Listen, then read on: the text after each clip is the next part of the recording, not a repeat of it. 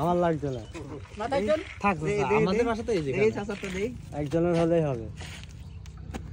ভালোই লাগছে হ্যাঁ মাশাআল্লাহ এটার একটা সুবিধা হলো কি এটা কিন্তু আমি কিন্তু কৃষি কাজ করছি বুঝছেন আচ্ছা কৃষি কাজ আমিও যে আমাদের যে ক্ষেত আছে ধান কাটা তখন এটা মানে রোডটা কম লাগে মাথার মধ্যে বুঝছেন এটা কিন্তু অনেক মোটা দেয় যে এটা পাতা এখানে পাতা দেওয়া আছে না কি গাছ জানো কি গাছ না এটা হচ্ছে বটের পাতা না বটের পাতা না আমরা প্রথমে গাব গাছের পাতা আছে না গাব গাছের পাতা দিও হ্যাঁ গাব চাচা এই যে গাব গাছের পাতা দিয়ে আমরা করতাম হ্যাঁ এটা আমারও ছিল আমাদের ছিল ঘরের মধ্যে এখন গ্রামের মানুষের দেখি না আজকে হঠাৎ করে দেখলাম আর কি যে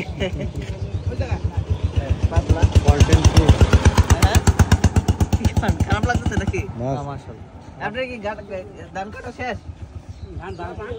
ও বানবেন বানতে পারেন হ্যাঁ বানতে পারি তো চলেন হ্যাঁ দেই তো এই ধান তো আমও বানতে পারি ধান বানতে এত ছোট ছোট করে বানবেন কি আপনারা কত করে বানবে বড় করে হ্যাঁ আমরা তো বড় করে বানতাম বুঝছেন হ্যাঁ ওই বাইরের কাছে যাই তো রোদ ওখানে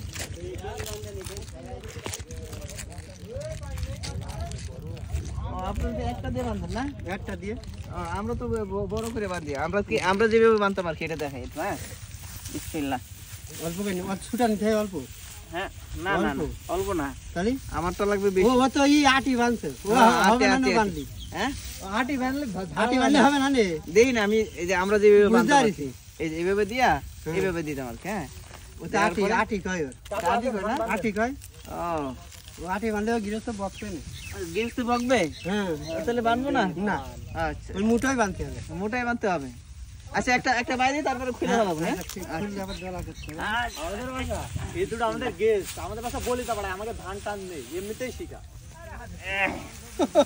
আমাদের 12 মাস চাল কিনে খাওয়া লাগে এই আমার টুপি পরে আছে একটু বেঁধে দি দুই সাইডে শিখিলাম তো আমার নানা বাড়িতে ছেড়াছি চাচা আটি হয়ে গেল বলো এই বিসমিল্লাহ আবার খুলে দেব আমি সমস্যা না ঠিক আছে আমরাও খুলতে পারব সমস্যা এই যে ফসলতে বাঁধু ইনামুল কি করলি তুই এই যে আমার ধান বাঁধা প্রফেশনাল হইছে কিনা জানি না খাইনি হ্যাঁ হইছে খাইছে আপনারা তো কাটা শেষ করে ফেলে এক কিলোটা দিয়ে ভালো হয়েছে ওই এক কিলোটা দিয়ে ভালো হয়েছে হ্যাঁ এক কিলোটা দিয়ে ওই যে কিলোটা দিয়ে ওই যে কাটতেছে ও দিয়ে কাটতেছে না ওই দিকে কাটতেছে আচ্ছা এক কিলোটা দিয়ে ভালো হয়েছে হ্যাঁ